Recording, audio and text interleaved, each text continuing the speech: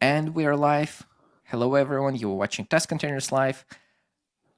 I'm your host. My name is Oleg. I work at Atomic Jar.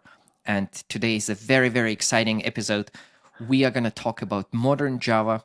And we have a guest. We have an external guest. And that is James Ward. James, how are you doing? Hi, thanks for having me. Super fun to be here and be hanging out with the Atomic Jar folks. It's awesome. Excellent. I think the video is rolling. If you're watching us live, you can ask any questions from either me, James, or Kevin. Kevin, how are you doing? Yeah, hi. Thanks that you have me again here after last time. So I'm mostly idling around here and hang around. Right, Just hanging excellent. out. Yeah, Kevin is gonna help us with any chat questions or additional questions, or to keep the discussion lively. If we stumble, I'm sure that will not happen. James is an experienced engineer with lots of stories and topics to share. Oh yeah. So yeah, drop us a note in the chat, and let's without further ado, let's start with our topic, which was modern Java, which is a very, very interesting topic. Before we start, let's do a round of introductions. Specifically, I want to talk to you a little bit about James. James is a developer, has lots of experience in various different companies. From I'm sure you can Yeah. repeat your history more. He's an author. He's a podcaster. He has a podcast with Bruce Eckel called Happy Path Programming, which is I think very, very exciting. So check It's that been a out. lot of fun because Bruce and I both live in Crested Butte, Colorado, and he has run some tech conferences up here for like 20 years or something, and so the podcast is kind of just like having the conversations that we would typically have at these conferences, but having them in a audio form that then we can share with other people. So it's kind of like bringing the Crested Butte experience to everyone. So it's been fun for Bruce and I. So yeah, check it out. Happy Path Programming. Right. And besides that, just recently, James, I didn't congratulate you before, but you got into the Java Champions crowd. Ooh, yeah, That I was know. That was super exciting. It's I've been doing Java for a really long time and been helping developers learn Java and use Java for a long time, and so it was just I was thrilled to get the recognition that I've been a piece of making Java better. And it's funny though because uh, some people said like, "Hey, why does this guy why is he getting the label of Java champion? Because he doesn't even like Java." And it's kind of funny because actually I haven't written much Java in the last probably 7 years or so because I moved from Java to Scala and then from Scala to Kotlin. I still do a decent amount of Scala, but doing a lot of Kotlin now too. Um, but Java is certainly not my favorite programming language, but I love the Java ecosystem and the Java platform and being able to use Kotlin and Scala. And so it was kind of a funny comment. I'm maybe not the best Java champion when we talk about the language, but certainly if we look at Java, the platform, I'm a huge fan of the platform. So. Oh, I think it's a well-deserved nomination, and I think you are absolutely a champion. You were a champion in my eyes, definitely. And I think Java part there stands for the community Yeah, first and foremost, right? yeah, So for the ecosystem, we'll as small startup, Atomic Jar has, I think, 2 Java champions on board, Sergey and I, nice. which is interesting. I don't think we have any GDEs, any Google Developer Experts, Oh yeah, which is a similar, maybe honorable award or nomination where yeah, people yeah. We have like people the Kotlin GDE program for to recognize the people that are really helping the Kotlin community grow. And um, I can't actually be a Kotlin GDE. It's because I'm an employee of Google for one reason, but then also I can't be a Kotlin GDE because I am one of the like managers of the program, so I get to be part of deciding who becomes the Kotlin GDE. So due to that conflict of interest, and because I'm a Google employee, I'm not allowed to be a Kotlin GDE, but it's also a great program for recognizing Kotlin leaders in the Kotlin community, Kotlin champions. So yeah, it's cool. Yeah. There is no GD in Java, but there is GD in Kotlin, which Yeah. I recently ran Hello World in Kotlin, so you know my email if you need the next round of nominations. Perfect, wonderful. And Oleg, you're a excellent. Java champion now, right? How long have you been? Yes, I've been a Java champion since 2017. Nice. It was a very, very funny story that I became a Java champion, and next month I joined Oracle. Okay. Which technically exactly the same reason people You have to give up employed by Oracle should not be Java champions, because Yeah. this is a not affiliated group of people. Yeah. So, but I'm now back, and I think Nice. we. You've been reinstated since joining Atomic Jar. You've had your status reinstated. Yes. Nice. I think nobody noticed, actually. Nobody noticed. I think That it's you were more gone, of a or- honorary ecosystem and community kind of sort of Yeah. mark that the person is known in the community, that they've contributed quite a bit of their time and effort into making the platform, community, and the ecosystem better. And this is a token of recognition more than anything else. I don't think there are any like actual benefits to being that. I know that the JetBrains, for example, give licenses to Java champions and Microsoft MVPs cool. and GDEs and other like renowned people So there you go. There's some in the benefits community. to that. So there is some benefits. So I have my IntelliJ idea through that. But Nice. I just paid for IntelliJ for the first time. Like this was 6 months ago, so before I became a Java champion, and I'd never paid for IntelliJ before because I'd always been able to get a free copy because of they also sometimes will give free copies to presenters who use IntelliJ, and so I was always able to get a free copy. And then I was like, this was back in the spring or something, I was like, I should just pay for a copy of this thing because I love JetBrains and love IntelliJ, and so it just makes sense for me to pay for this. So anyways, I paid for my copy.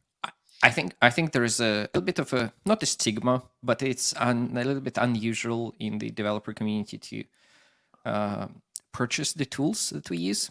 If it's if there are like maybe different, maybe cheaper or free alternatives, even if we would prefer to use the paid tools, there is sort of this mental block, which is very surprising because most of us actually make our living by creating tooling, or either for developers or applications for we create software, right? It is wild how with developers and myself included, I just don't want to pay for anything for some reason. But it's weird because IntelliJ makes me so much more productive. I moved a long time ago from Eclipse to IntelliJ, and the productivity gains that I got from using a commercial tool were significant. And so there definitely is a desire for everything should be free. But I think maybe where that comes from partially is that in the past we got kind of burned by paying for tools that weren't really worth it, that maybe like paying lots of money for WebLogic or WebSphere and not really like feeling like you were getting much beyond like what JBoss would give you, for instance. So maybe that's part of the reason for the anti-paying for stuff with developers, is just like the maybe the value wasn't always illustrated well, but with IntelliJ it certainly is. I am so much more productive with it. Yeah. But to be honest, we also very much sort of a little bit spoiled by the excellence of the tools that we get for free That's true. As parts of the open source. Yeah. One of such tools that you've been a massive fan of recently is, of course, the Testcontainers project. Absolutely. I can't that believe is it's free. It's so good. it is very good. It is very good. If you are just first time here and you haven't heard of Test Containers, you should go check out testcontainers.org, which is a project, a library that you can use that will provide you a fluent API to manage third-party dependencies in your tests, like databases or any other services that you need. And then, yeah, you can manage that programmatically and couple that to your test lifecycle. It's excellent. It has been started like 6 years ago, and now like there are thousands of people using it. Yeah. Oh, I'm It's sure really, really more than great. thousands. Like, so I was at the functional Scala conference in London a couple weeks ago, and in my talk I talked about test containers, of course, because anytime I talk about anything, I talk about test containers because it's so awesome. But in my talk, I asked the audience, how many of you are using test containers? And I think about 3/4 of the audience raised their hands. So it is just growing like wildfire because it's so good and solves a problem so well. So yeah, it's way beyond thousands of users, I'm sure. Yeah, I mean, it's testing is something that we need in any project, right? And so the more the merrier, and it Yeah. is a very good option. Well, So and the alternatives are horrible. Like the primary alternative that people do in the Java world is H2 for their database, and having a different database that you use for your local dev and test, and then in versus your production system creates so many issues. Like I've been burned by this so many times, and I am so thankful to say goodbye to H2 and never use it again. That makes me very happy because it just it takes care of a whole class of bugs that I ran into and will no longer ever run into again. And then the other alternative that people use is Docker Compose, and I the controlling the lifecycle of service dependencies should not be external to your tests and your local dev cycles. So the fact that test containers manages that lifecycle as part of your test and not some external thing is just so much better of a way to do things. So that's another thing I never want to see again is Docker Compose. It just needs to go away and be replaced by test containers. And then the other thing, while we're on this topic, that needs to go away is where people do run like local dev. They like spin up a Kubernetes cluster and like do have their service dependencies running in a Kubernetes cluster, but then create containers and do local dev with containers for the thing that they're working on in Kubernetes. Like that needs to go away. Like it's such a horrible way to do things. It is productivity killing, and you should just use test containers for your service dependencies, but then have your application that you're working on, your microservice or whatever, not being run in a container for local dev or test. It's just a waste. So yeah, while we're on that, reasons why test containers is better than all the alternatives. That's yeah, that's what I learned in the past, right? If you want to show great performance results improvements, you have to start with a lousy baseline. So the when baseline is pretty lousy and I guess there's two angles that I kind of brought up with that. One is productivity, which to me, we don't invest anywhere near as much energy into developer productivity as we need to. But then the other one is just creating software that is reliable, and having consistency between local dev, test, integration test, and prod is so important to building reliable software. And yeah, test containers just makes that so much easier. So yeah, excellent. developer productivity and reliability. So professionally, I started to look at test containers just in the recent months, right? So this is something that I would like to ask as many people as possible, and I'm going to start with you. So looking back, did you kind of appreciate and got excited about test containers immediately when you learned about that? Or was there like a period of time where like, yeah, this is a library, I'm going to like use it when it's useful, and then eventually it clicked into something where you're like, yeah, this is the part of how modern Java applications should be written. This is what we need to use. Like, so that like quality jump from like, yeah, cool thing, but Yeah. to something that is necessary?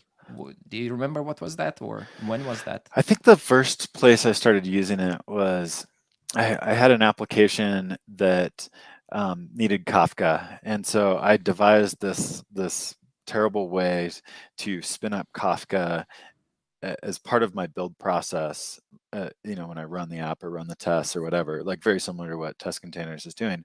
But the way that it was doing it was by forking a Java process, and because Kafka is just a Java application, I would bring in Kafka as a dependency in my build. And so, like similar to Testcontainers, but this would only work with Java-based things that are in a Maven repo somewhere. And so it worked pretty well. And this was a few years ago when I built this system to do that.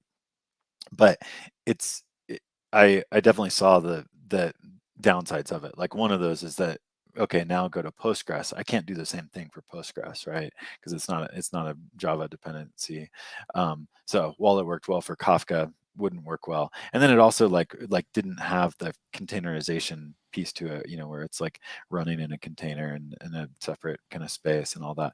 So when I first saw Testcontainers, I was just like, oh yeah, this is it. Like this is the better way to do this. And then I think that it was at Devox 2019 in Belgium, where I was just getting into Testcontainers and met Sergey. I'm saying that right? Sergey? Yeah. Sergey.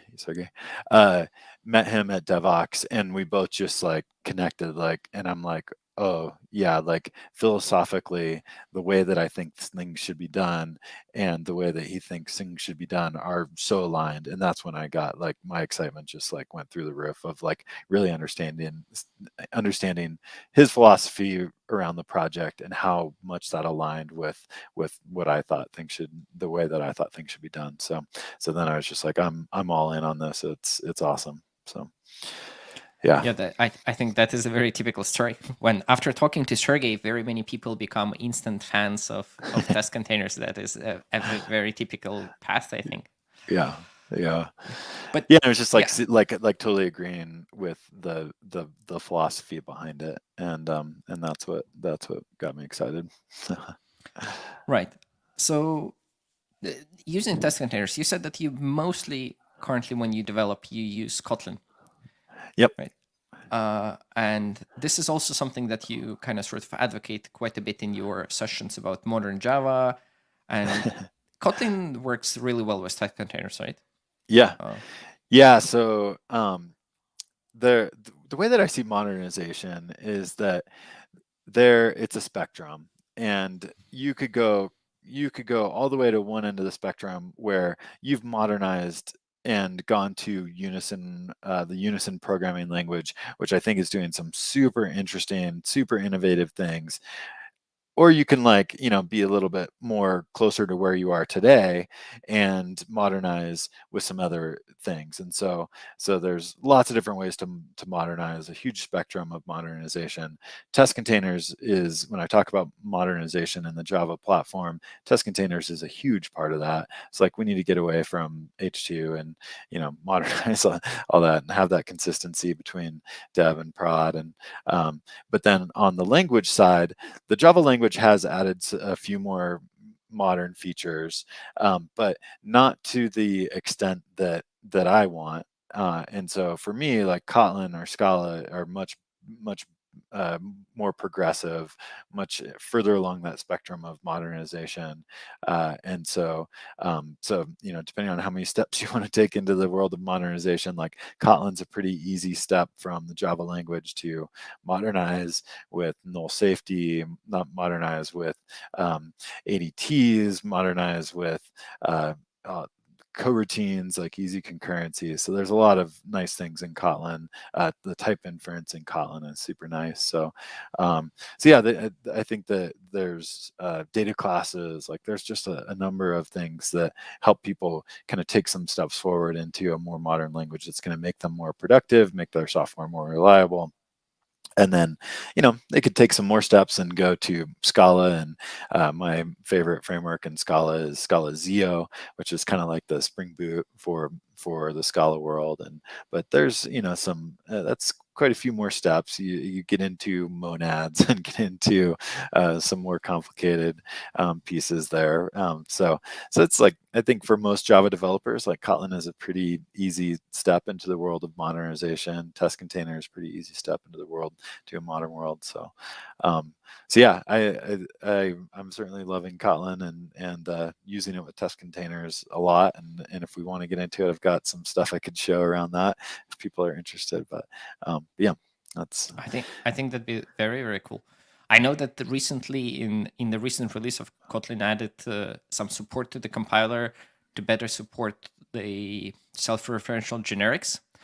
Yes, which is sort of a popular platform, a popular pattern in the Java ecosystem, where when you create generics, you kind of sort of reference yourself, and then it is very helpful to use the builder patterns, fluent builders, when you Testcontainers DSL is built on that.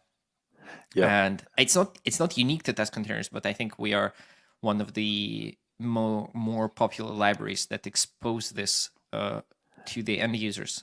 And Kotlin had a little bit of like syntax ceremony around those self-referential generics before, and now they improved the compiler with type inference, and then they even showed the Testcontainers based example to illustrate that change, which was, I think, That very, was very cool. cool.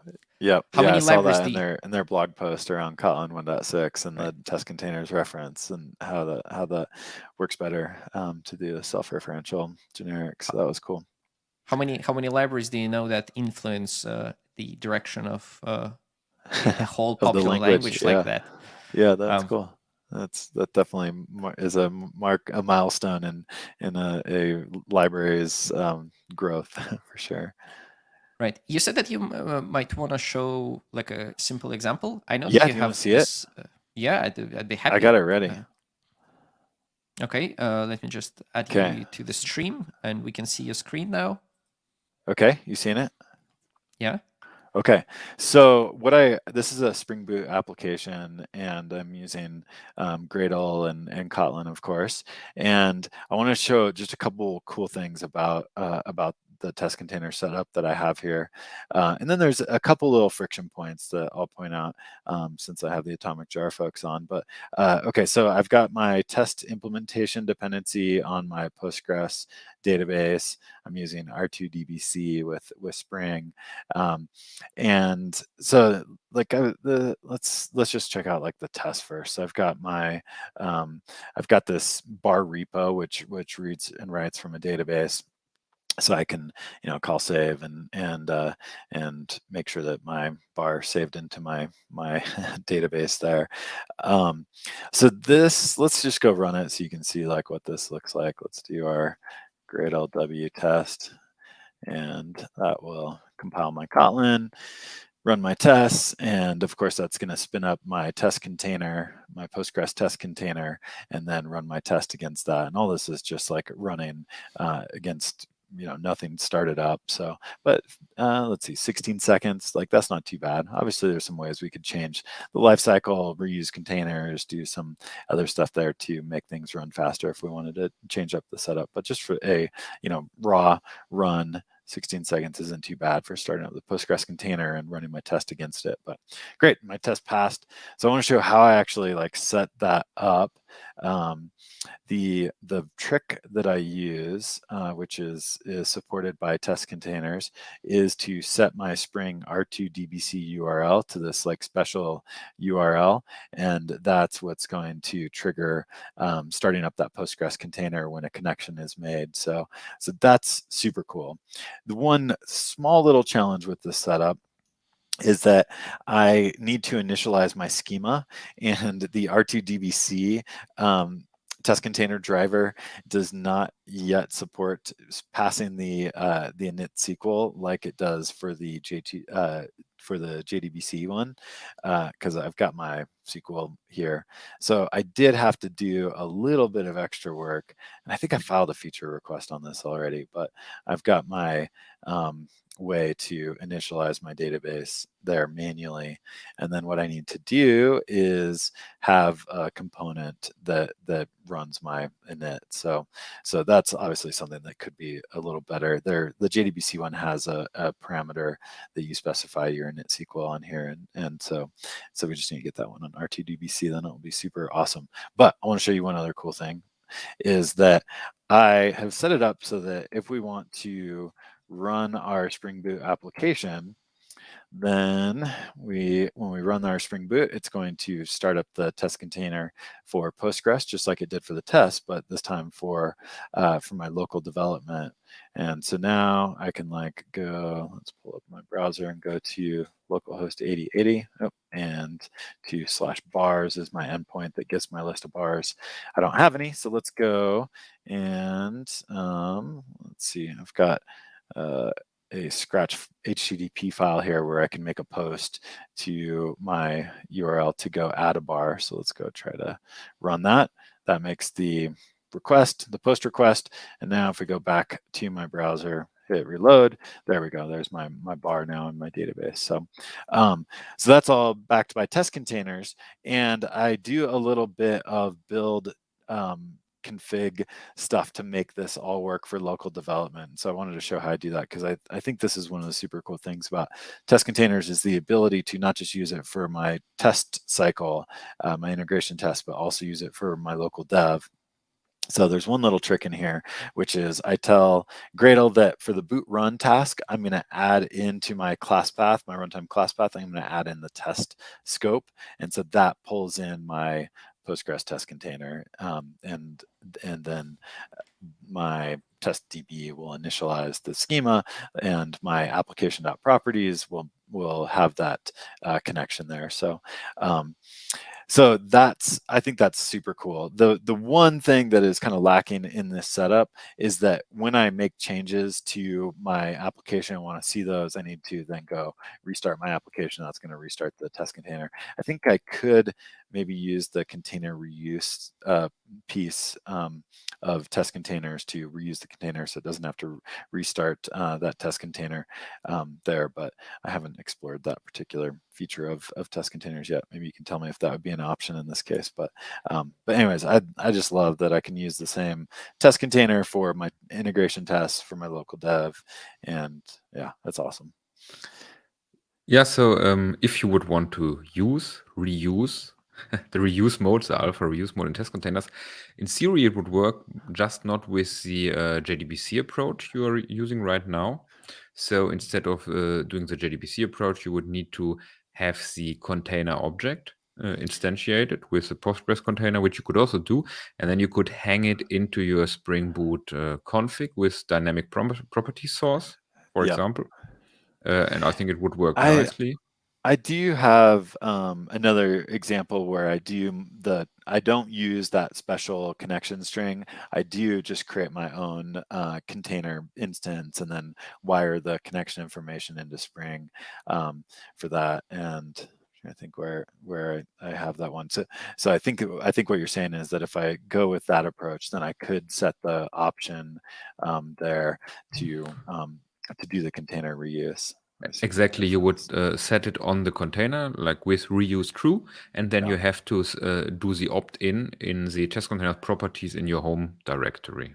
Yeah. Because the idea behind this is that you can leave this in the source code, but the machines do an opt-in to use reuse feature. So meaning the developer workstations can use reuse, but CI will probably not. That is the reasoning behind this at the moment, at least. Yeah. That makes sense. And I'm sure we could wire a URL parameter on that R2DBC URL, so that then when it sets up the container underneath the covers, it could then set that flag. We could do this in theory, but it's not done at the moment. Yeah. So like this is my other example where I've got my test container class, and I set the parameters there, and then I wire in my connection information to Spring from that test container. So in this case, I would be able to do the whatever the call is to do the container reuse piece on the Yes, init, it's right? with reuse. It's not an Cool. editor, it's the browser. Okay, that's why you Yeah, I'm can't just type on it. my You're GitHub, right. but yeah. I think you need to press dot and it will open in the code space or Read something only, like that. read only mode. Yeah. Oh, that's a shame. I've never tried the GitHub web editor stuff, so interesting. Let's see if this works. This will be a fun experiment. See if I get like code completion. One of the reasons. Yeah, see, this is why I love IntelliJ, is because I don't know what I need to do here to get code hinting working, but IntelliJ, all I do is open the project and code hinting works. So yeah, so I'm sticking with IntelliJ. Yeah, they recently announced, JetBrains announced their new modern take on the IDE called Fleet. Yeah. Which is that looks really cool, and it's built a lot with Kotlin. So it's primarily Kotlin with some Rust is how they actually build their new Fleet IDE. So that was cool. Did you had a chance to explore that? Did you I haven't tried it access? yet. I haven't tried it yet. I do want to give it a try, but I'm so in love with IntelliJ. It's hard to like dedicate time to trying something else. Yes. To be honest, it's in a very kind of early stage. Yeah. For that, so we tried it a little bit with Kevin, and it is snappy, but the idea is of course the powerhouse of the IDE. Yeah. So if you're doing I'm not sure, probably Kotlin as well, but if you're doing Java, I think the feature set there is just excellent. Yeah. But one thing is very interesting is those kind of sort of browser like abilities, right? So if it's spin up very quickly, if you connect to a remote server, then it opens like a possibility of use cases, like here, like where you showed I think that was VS Code. Right. Yeah, or that a was on version of that. GitHub. It launched into VS Code. Yeah. Yeah. So I think those setups are very interesting, and they will become more and more interesting in the future as we figure it out, as the development community, right? And I think it would be very, very cool. In any case, there is a lot. Like the way we build services now, very often they're like not just a small application talking to the database. Very often, like it is just depending on the whole cloud stack of a particular cloud. Yeah. It's like any service dependencies. Like my general philosophy going forward is, for me to depend on a service, I need to be able to run the service via test containers, run it in a managed serverless way, and run it on Kubernetes, on my own Kubernetes. Like if I can't do those three things for a service, I don't want to have anything to do with it. Like, which is my ideal world, but we're not quite there yet, because there are only, I think, 3 services that actually provide all 3 of those today. There's Cassandra, Kafka, and there's one other one that recently added a serverless offering. Maybe CockroachDB.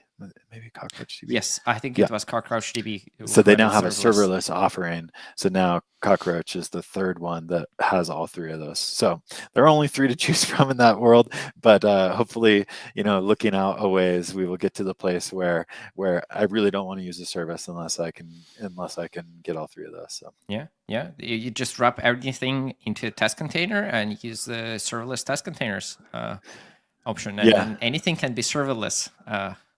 Serverless to me is just the billing model, and as a developer, I think oftentimes the path into stuff is like, I'm gonna like use this stuff for like casual side projects, like little things, and in that case I want to like do it on a serverless environment. But then hopefully if I really like this thing, I want to like bring it into work and use it in like some big production enterprise system. And in that case, the enterprise is probably using Kubernetes, and I want to be able to run that thing on Kubernetes. And so being able to have that progression from test containers to serverless to Kubernetes, and have it be the same thing across all those different ways of doing things. So that's my ideal. Do we lose Oleg? Where'd he go? I don't see him anymore. I got There, he's back. Yeah, I'm back.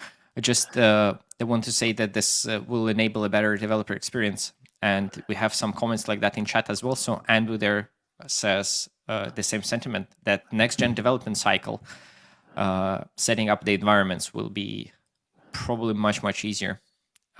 Even with everything in the cloud and your dependencies in the cloud, and then I'm not fully bought into like my IDE going to the cloud. Like that's like I'm an old curmudgeon, and I think that I really like to be able to run local development locally and have my IntelliJ.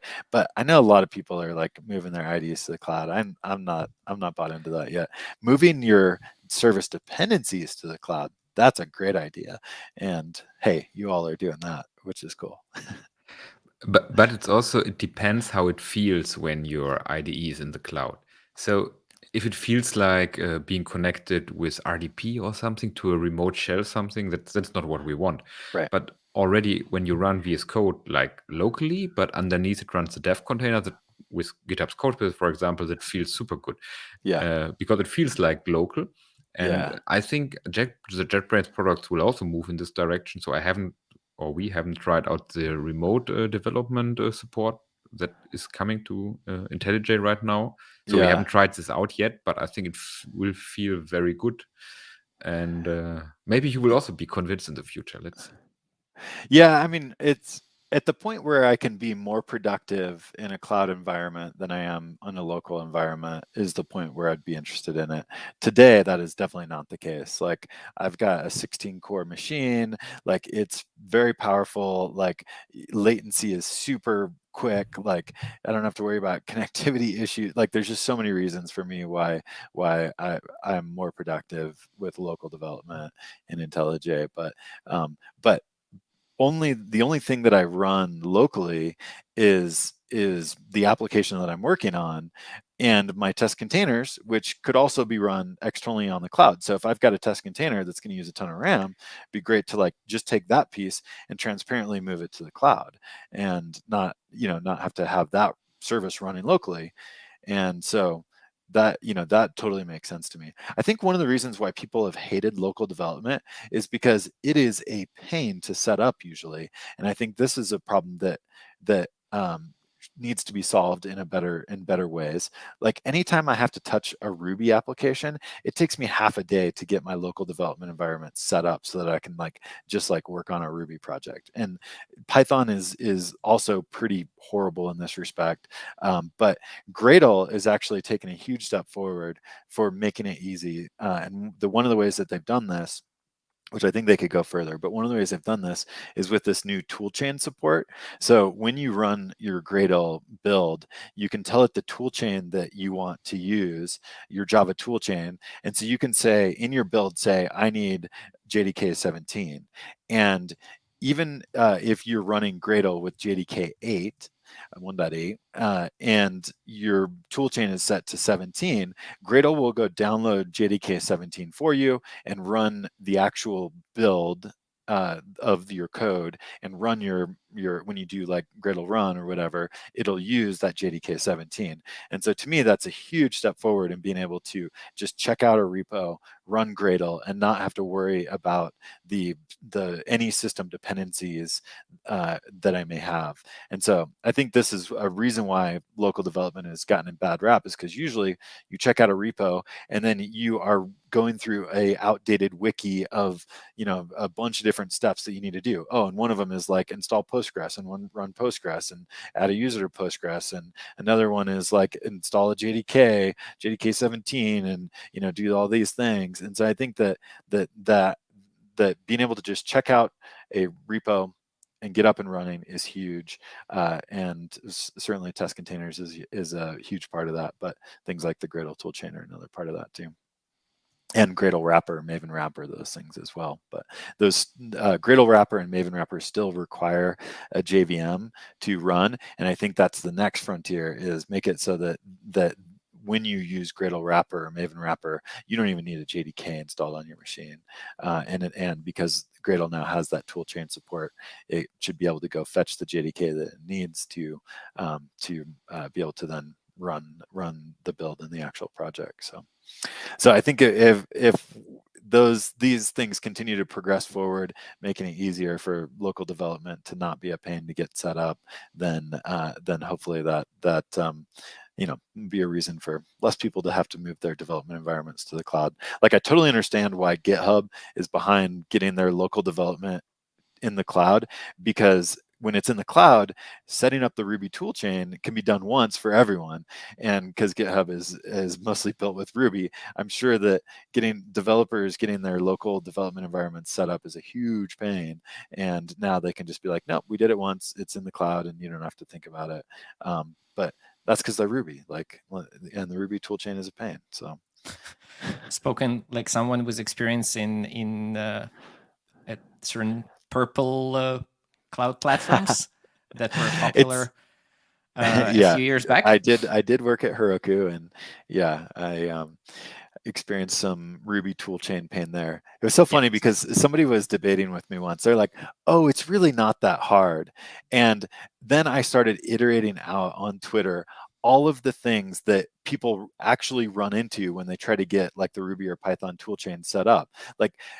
Or even the Node toolchain, like, is similarly horrible, because you have to like install all these like system dependencies so that then Node can do these like compilations, native compilations using the C header files, whatever. Like Ruby, Python, and Node all have this like horribleness of system dependencies in order just to get your toolchain bootstrapped. That's just one example of where things go horribly challenging. And then you factor in Windows developers, and then everything just gets 10 times more horrible. Anyways, that's my rant on local development toolchains. I totally get why people in the Node, Python, and Ruby worlds want to move their development environments to the cloud, but I would rather us just fix the toolchains and not make them so horrible. Yeah, after all, you can use Kotlin for your application. You can use Kotlin for your Gradle build. If you fluent in Kotlin, what's not to love there? Kotlin everywhere. Yeah.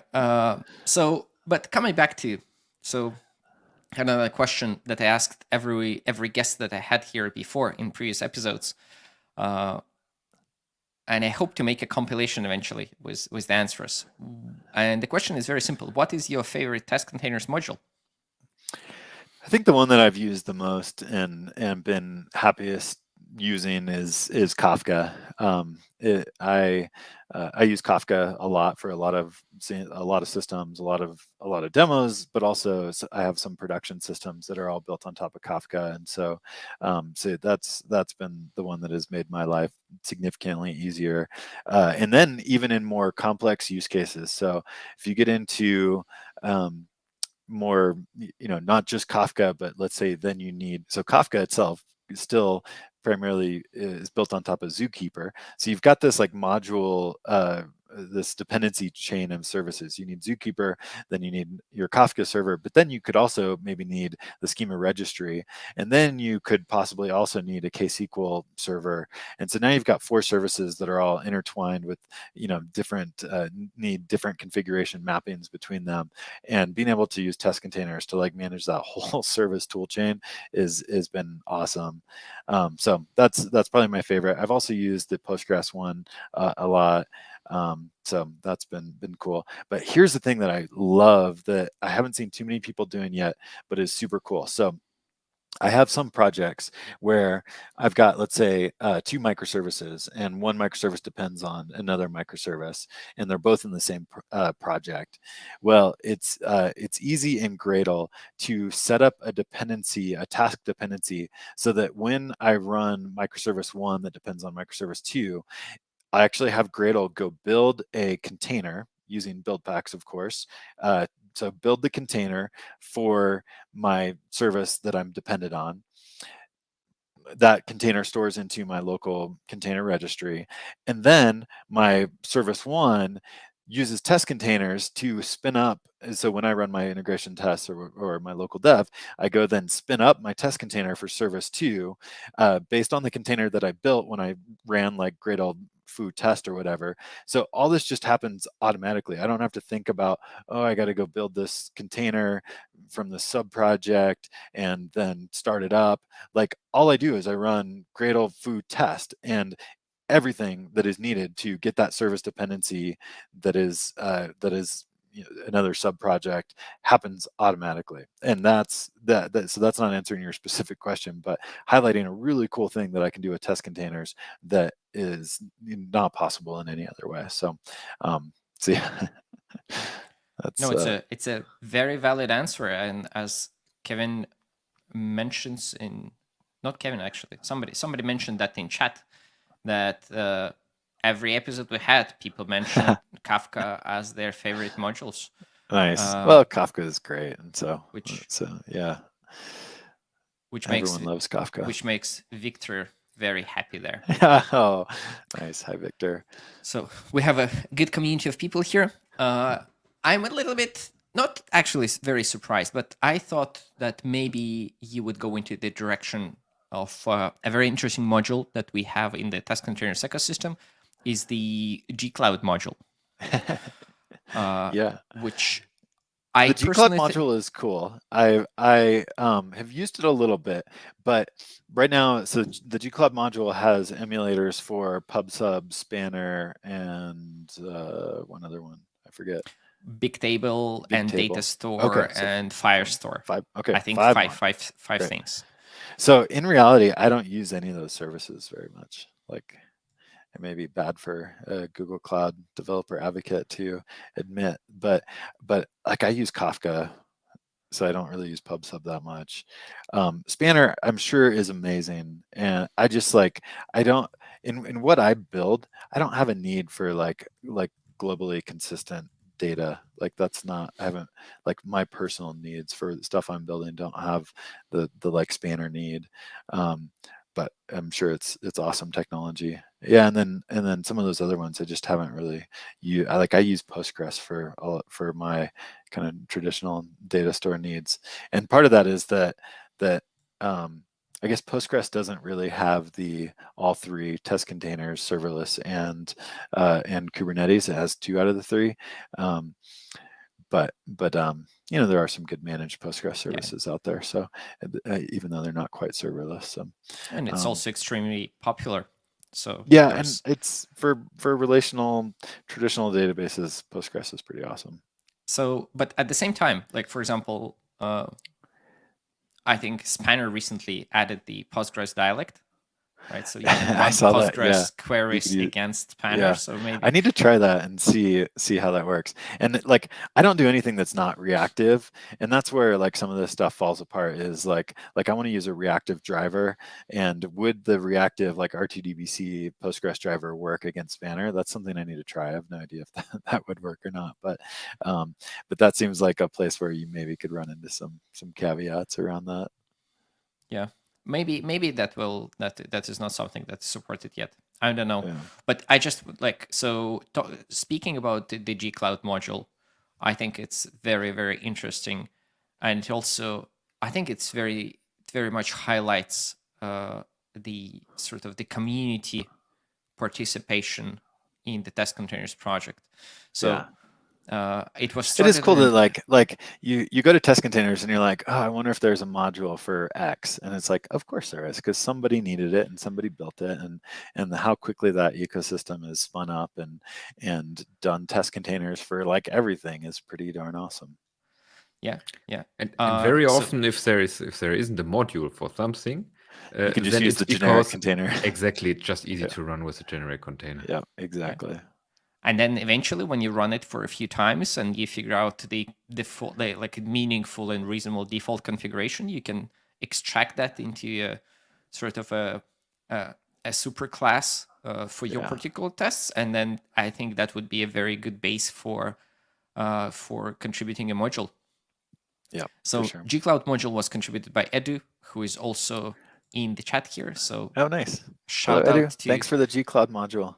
yeah, it was started. And then I know that there were quite a bit of contribution by Ray Tsang while Yeah, he of was. course, Ray, when he was at Google, was helping with that too. So, Yeah. yep. So it's just if you're using test containers for some technology and there is no official or there is no module that is available currently out of the box and you use the generic container approach, I would like to encourage you to reach out and raise an issue or a discussion on GitHub.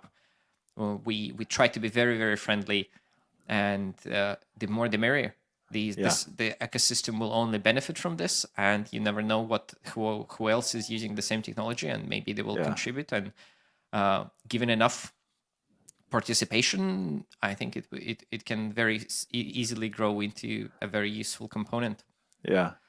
Yeah, I think one of the other great things that I should highlight about test containers is I'm sure most of our people listening are JVM folks, but I love seeing that test containers ecosystem around other languages has grown as well. So with Node and Go, and I haven't looked at too many of the other language ecosystems, but it's great to see that you don't have to be in the JVM and to use test containers, and that's been super cool to see. I keep like beating the drum for test containers in the Google Go community, since everybody a lot of people at Google Cloud love Go. So like more test containers like in the Go ecosystem. So so hopefully that gains some more traction, but it's already got a good community around it. I've seen some really positive tweets around Go test containers. Yeah, I've seen as well discussions on the test containers Slack community Slack where people ask questions. Go channel there is fairly active. So that's awesome. I'm not sure if it is fully up to date and on par with the test containers Java like feature wise, but it is definitely useful and definitely being used in the community. Yeah. So hopefully that usage will just grow further. Yeah. Not sure. Do you think how much do you know about like other languages communities, whether they appreciate integration tests? I don't have a good sense of that. Yeah, I mean, I've dabbled in a lot of languages, but the JVM is where I've had most of my experience. So Noted. Yeah. We have a question from Victor, and it's a slight off topic, but I think it's very interesting. Yeah. What's the best way to migrate modules from Java to Go? Like, does he need to re-implement the Kafka module in Go? And I think the correct answer is something that Kevin can say right now. Yeah, so the question like this, I would answer it like yes. So you have to re-implement the Java module in Go. So yes. So the good thing is that it's not much code, and the complicated things in the Kafka Java module are the startup of the container and some scripts we execute in the container to make it work nicely with the dynamic ports. So once you just know that you have to do it, you just write the 6 lines of Go code that do it correspondingly. And then we would be good to go. I think the Test Containers Go project or Go fork is still making their minds up how to best organize something like the modules we have in Java for the Go language ecosystem. And since I'm also not that involved in Go, I don't know what are the best ways to integrate it there. Like in Java, we have kind of a monorepo for all the modules. It might become something like this for Go as well, or maybe people will just publish it as other repos and then you consume them. It's still to do, I would say. It is a to do, but it's also, as Kevin says, I think this is a fairly straightforward. So I'm not sure about Go in particular, but I just shared my screen here. And what you can see here is there's a test containers Rust implementation, right? Nice. Test containers Rust. And they have a number of Wow. modules which are just, and I don't know Rust, so sorry about this, but they have a bunch of modules there which are just individual files. So for Kafka, for example, they have this one file that is 100 lines of code, and they just That's not too bad, yeah. then So you line can use that. 107 looks very good. So I think line 107 is what is the important thing. Yeah. Yes, this line is what instructs Kafka to announce the port. Like, this is executed after start, and this is what makes the dynamic ports work with test containers and Kafka well. Nice.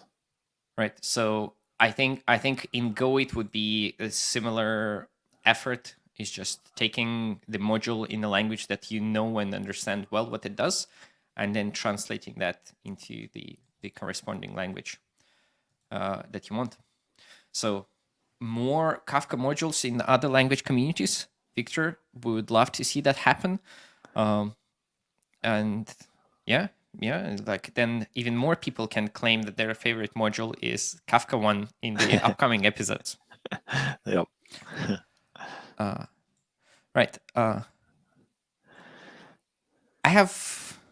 not sure I have any more much questions. I know that you recently, I had a pleasure and an honor to show you Testcontainers Cloud. And we were at Devox UK together and got to do it in person.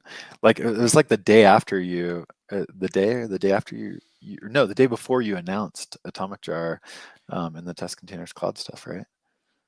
Yes, it was an exciting time. And it's currently still in private beta. So if you're watching and would like to take a look at that, you can go on the website and send us a form. We're currently looking into more people who can try that and get us feedback. So if you're interested, do that. One thing is that Testcontainers Cloud, what it does in a nutshell, it decouples your test running environment and the environment that runs your Docker workloads.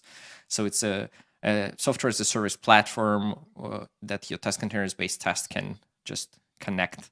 And then, for example, you run a Postgres container and it runs in the cloud, and just your commands are proxied there. So it works very seamlessly. But this is something, an approach for which you advocated for a bit, where I know that you've been saying that maybe a remote Docker is the way to go. Yeah, you remember. So with Google Cloud, there's this thing called Cloud Shell, and every Google Cloud user, if you have an account for Google Cloud, you get this like basically SSH to a server space for just your user.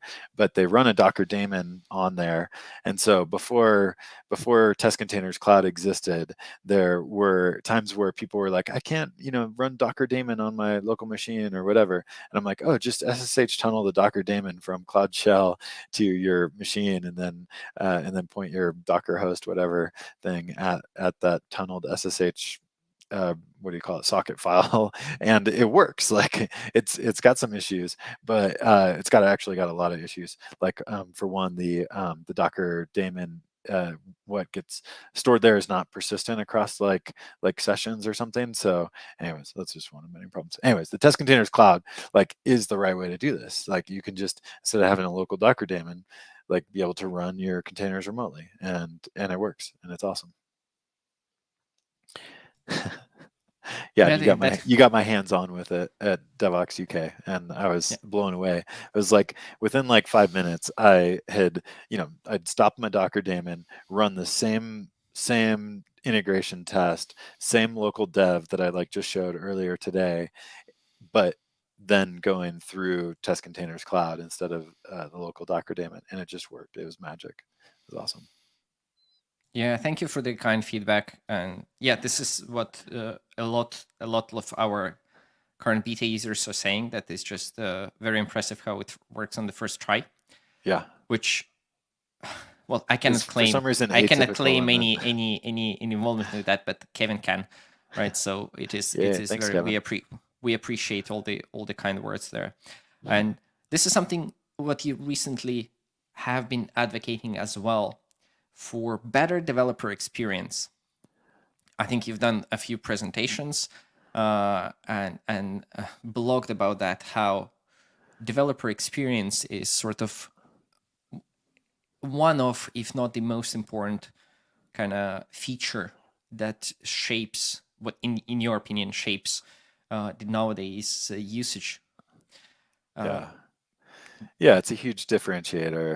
If you care about developers, then making a great developer experience is going to be the best way that you can do marketing is to make the experience awesome. I have a bunch of tweets on my blog that are like my developer marketing kind of snarky tweets, and a lot of them come back to like the best thing you can do to market any developer thing is to make the developer experience awesome. And developer experience, the way that I look at it is it's a ratio of value over time. It's really about productivity. And so we all have things as developers we're trying to accomplish, and if tools help us to accomplish those things faster, then that's a good developer experience. And so yeah, the Test Containers Cloud, great developer experience. And yeah, I think for a lot of people, whether they're in security constrained environments where they can't run a Docker daemon, or an enterprise wants to have more control over the test containers that are able to be used, like have auditing, like there's a whole lot of great things about moving that over to a cloud service. Or like resource constraints, like I think that the Oracle database, it's been a long time since I've used Oracle database, but I think that's pretty resource heavy, and be nice to just have that test container run elsewhere instead of on my local machine. So yeah, I think there's a lot of great reasons to move this all to the cloud, and ultimately making developers more productive. That's what it's all about. Yeah. Thank you for validating kind of sort of the premise. I think it's a very exciting project and product as well.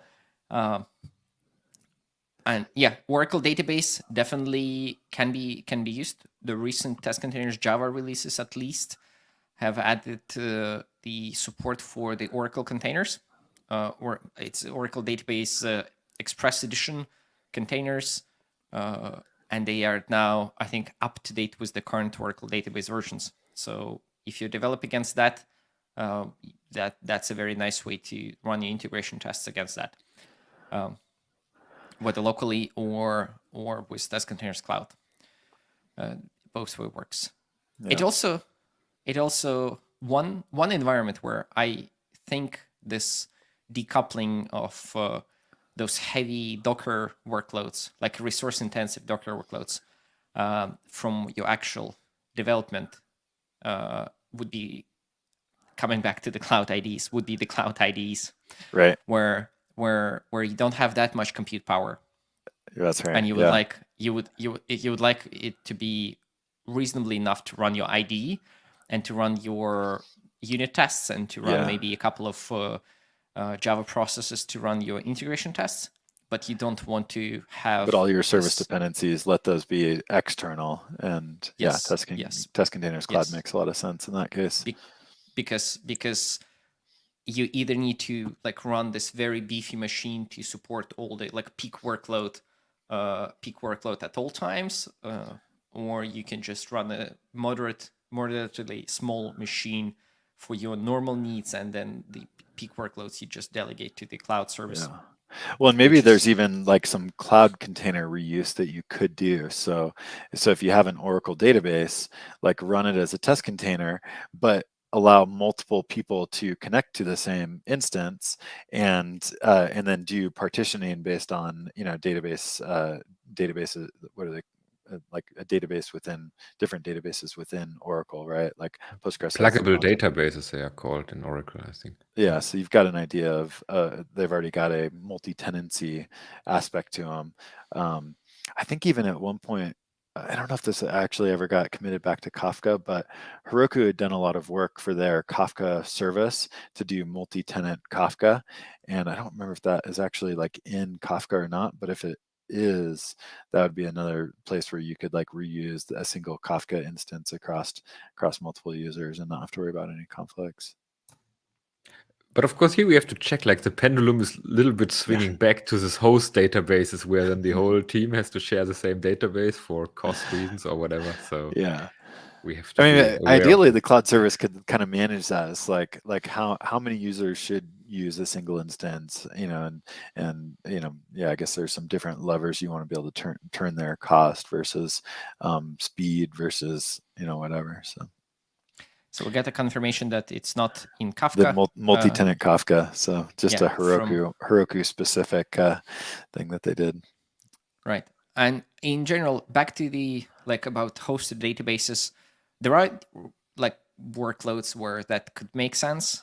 I think for integration tests specifically, that is something where you want to have like a full control over the life cycle of your dependency instance, right? Because very often you want to have tests that actually stress the services, Right. rather than and check how the application behaves with that. Like Yep. talking about Kafka, like will your application work if you have like 100 topics and subscribe to them?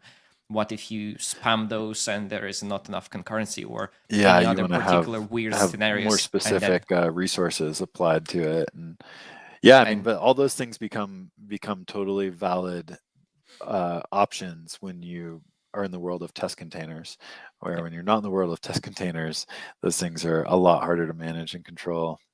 Yeah, and it's a little bit also kind of this sentiment sort of spills over to the test containers cloud, where the resources that you get, right, and where the Docker workloads that you run are uniquely tied to your test execution that you want, right? So it's there is no like a constant like beefy cloud machine that is there for you at all the times. You just first, it's like you get the serverless model where you sort of pay as you go resource as much as you consume, right? But also they're uniquely created for you and for your tests, so you know that your integration test will be repeatable, which is what Git tests which are not repeatable. Yeah, and one of the other knobs you want to be able to turn is how much do I want to be able to parallelize a given piece of integration test suite, right? And maybe like speed is the most important thing to you, and so you want to be able to run 100 instances for a given integration test all at the same time, so you can parallelize everything. And again, like test containers opens that up as an opportunity, and you don't have that when you are bound to specific ports and can't easily start up multiple containers for a given service and that kind of thing. So yeah, like Docker Compose again, like is not going to make it easy for you to like turn that knob and say run 100 instances of this thing. So yeah, I think that there's just once you've moved the lifecycle management and resource management pieces actually into your project, then it opens up all these opportunities, all these different levers that you can knobs you can turn that you can't turn through other mechanisms. Well said. So I just like recently this week I experimented with this with our test containers code base itself, because also I'm using test containers cloud to test and develop test containers, and so parallelization, there is some interesting stuff, interesting gains we can get with this. So I think we will have more about this in the future, but very interesting to explore this whole idea that now suddenly becomes unlocked with some new patterns you are able to execute. That's right. Yep, exactly. Yeah, and now like you have control over it. You can say like, I want to be able to run every test in its own instance of a test container, and crank the knob up to 100 parallel instances and tell my tests to run in parallel, and it's all going to just work. And now in Gradle 7.3, there is better support for something they call test suites, where you can configure individual slices of your tests much better to have certain dependencies. So you can separate your, for example, integration tests from unit tests much better. Yeah. And Gradle has a full support for for describing those setups, so it makes That's it awesome. even easier. Yeah. Even easier. I think there's So- a next phase that we'll get into in the next few years around this that I've explored a little bit and I think is super interesting. But what I want to what I think the world will get to, where I want it to go, is that a given service should describe the services that it relies on. And today with test containers, we do that through dependencies, which is great and a huge improvement, but that's not fully reusable to other places where you may want to use that service dependency information. So ideally, what I could do is take that service dependency graph, and I could be able to spin up a whole like Kubernetes cluster with the entire graph of services that I need, and be able to do that based on how each project is configured with its own individual service dependencies. And then you could also do some other cool things, like if service A depends on service B, I want to, through Istio or whatever, make sure that the only thing that can talk to service B is service A, like creating those network constraints. And again, if you had that service graph defined in a way that could be used in other places, then you could actually implement the network constraints around the service graph as well. And so I think there's a lot of interesting things that we can do when we move the service graph information into a place that it can be used for everything from local dev to integration test to full production cluster systems. So that's where I think things will go next. There is some work into this around the it's called like the open application model, I think, and when they've started to try to define this like dependency graph sort of concept, but it's I haven't looked too much into it, but from what I saw of it, it wasn't fully enabling everything that I just described yet, but maybe a step in that direction. Very interesting. I haven't heard about that, but it sounds very interesting. Something to explore over the upcoming winter holidays. Yeah, exactly. Also We're a sounds little- like something you could maybe rediscover from stuff from the 80s, what they did with UML there or something. Right. Or case tools. Yes, now it's just we do that with YAML, which is That's right. just a very small Levenstein distance away from UML. Yeah. Yeah. Oh, that is a horrible joke. Yeah. That is a horrible joke. Anyway, we are a little bit getting over time, and I don't have any particular topics in my agenda that I would like to talk about. If you have any questions in the chat, that would be the correct time to ask them. There was some quite good discussion there. Thank you for participation. Thank you, James, very much for coming and talking to us. Yeah, it's been super fun. Thank you, Kevin, for support. Yeah, thank you, Atomic Jar, and you guys for everything you're doing, because it's great. It's making my life easier and making me more productive. So I appreciate it. Oh, absolutely. We appreciate all your efforts and appreciate your trust in the project and your ongoing usage. I think that is very, very important in the community. Hopefully eventually I would have the pleasure to announce you as a Testcontainers champion or something like this. There we go. Of course. That'd be very, very interesting. Thank you. We have good feedback in the chat. Awesome. I think that was lovely. So super fun. Yeah, this will wrap the current season of the Testcontainers Live because the next weeks are over the winter holidays. So it's not something that we would like to do to distract you from those important time with your family and loved ones and friends, and I don't know, reading about exciting technology alone in the dark, if that's something that you want to do.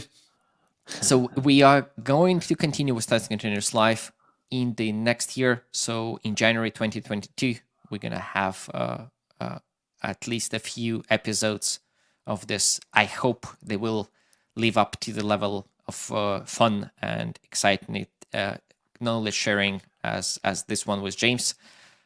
So thank you very much, James, again. And Yeah, thanks for we having don't me. have any questions in the chat. We have a lot of thanks. Thank you, everyone, for watching, and see you next year. Sounds good. Have a good holiday. Bye bye.